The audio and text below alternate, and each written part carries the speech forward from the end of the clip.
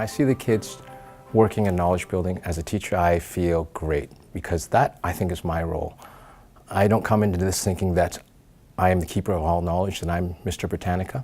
My job is to show them the roots, the pathway, the thinking processes, and not even to show them so much as to say, you have them, but just to trigger them and to release them and let them discover them on their own.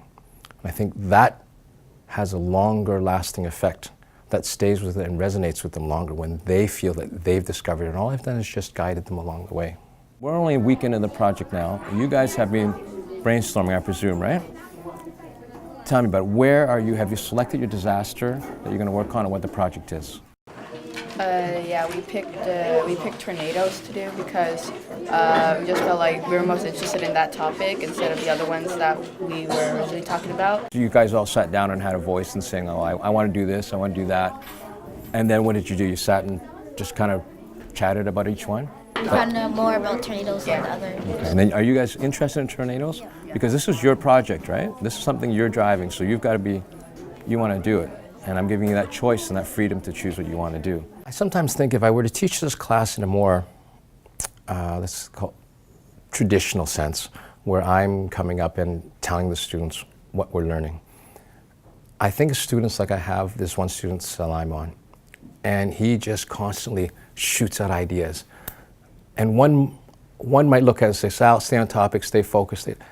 But when we have this framework of knowledge building, all those ideas, they're valid ideas, they're his ideas. It's not for me to say that these aren't good ideas, but what's wonderful is that we let the rest of the class take these ideas and say, what can we do with these? Are they good? Then Sal, he feels that he's part of the class. He feels that he's learning. He feels that what he thinks and what he says has some merit. And at the same time, by that process of knowledge building, of having accountable talk where the students challenge him to explain it further or they build on it, it's a way for him to learn which of his ideas are good. I have this up, not just here in the back, I have it here prominently in the back, but I also have it spread out throughout the room. We have what I call transitional phrases for accountable talk. Now, accountable talk, even when I explain to the kids, they're not sure what it is.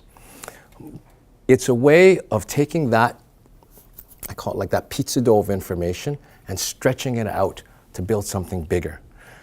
I find a lot of the communication skills at the middle school level, they're still being developed. And so, for example, a student might say, well, I think this opinion about something, and the other student in the class might just shout out, you're wrong, or that's not true. I disagree with Bobby. And then that just shuts the door down on any learning, on taking it any further.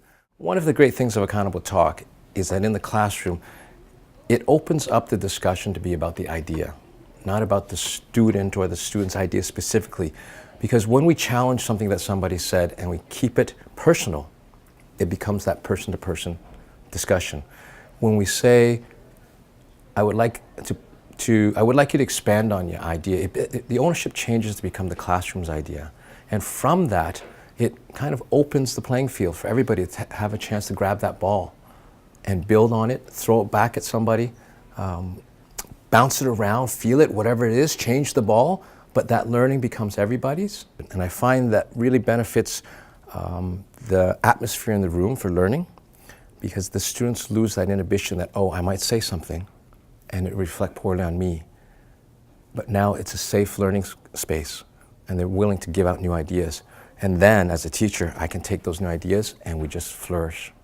You know, I've been thinking about something since we started this inquiry, and I came up with this analogy.